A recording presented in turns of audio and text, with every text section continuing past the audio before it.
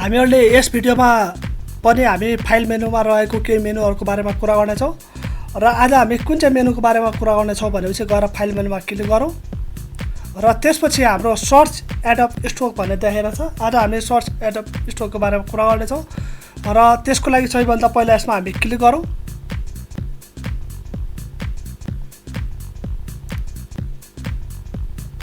र जस्तै यो पिक्चर इलिस्ट्रेटर रिडर जुन हाम्रो यो अप्सनहरू मेनुहरू देखाइरहेछ र यसमा चाहिँ हामीले यो सबै चाहिँ हामीले सजिलै डाउनलोड गर्न सक्छौँ र डाउनलोड गर्नलाई चाहिँ हामीले के गर्नुपर्ने हुन्छ भनेपछि यहाँ गएर एउटा आफ्नो एकाउन्ट क्रिएट गर्नुपर्ने हुन्छ।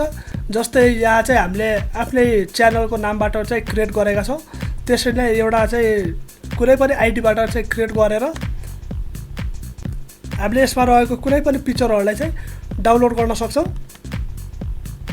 र यसरी चाहिँ हाम्रो यो फोल्डरहरू चाहिँ ओपन यसो देखाउँछ र देखाइसकेपछि चाहिँ हामीले सिलेक्ट गरेको भागलाई चाहिँ क्लिक गरेर ओपन गर्न सक्छौँ यसलाई चाहिँ।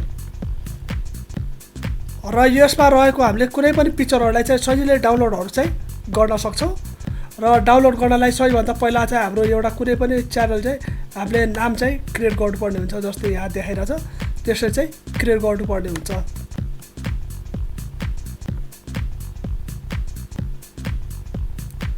र त्यसपछि हाम्रो यो पिक्चर जुन हामीले क्लिक गरेका थियो त्यो पिक्चर चाहिँ हाम्रो यहाँ देखाइसकेको छ यसरी अप्सन।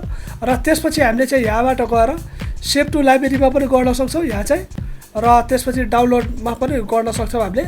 र यसरी चाहिँ हामीले यो पिक्चरलाई चाहिँ फ्रीमा डाउनलोड गर्न सक्छौँ र यहाँ चाहिँ हामीले तल क्लिक गऱ्यो भने चाहिँ यता चाहिँ हामीले ब्यालेन्स तिर्नुपर्ने हुन्छ र यहाँ चाहिँ हामीले फ्रीमा चाहिँ गर्न सक्छौँ यसरी।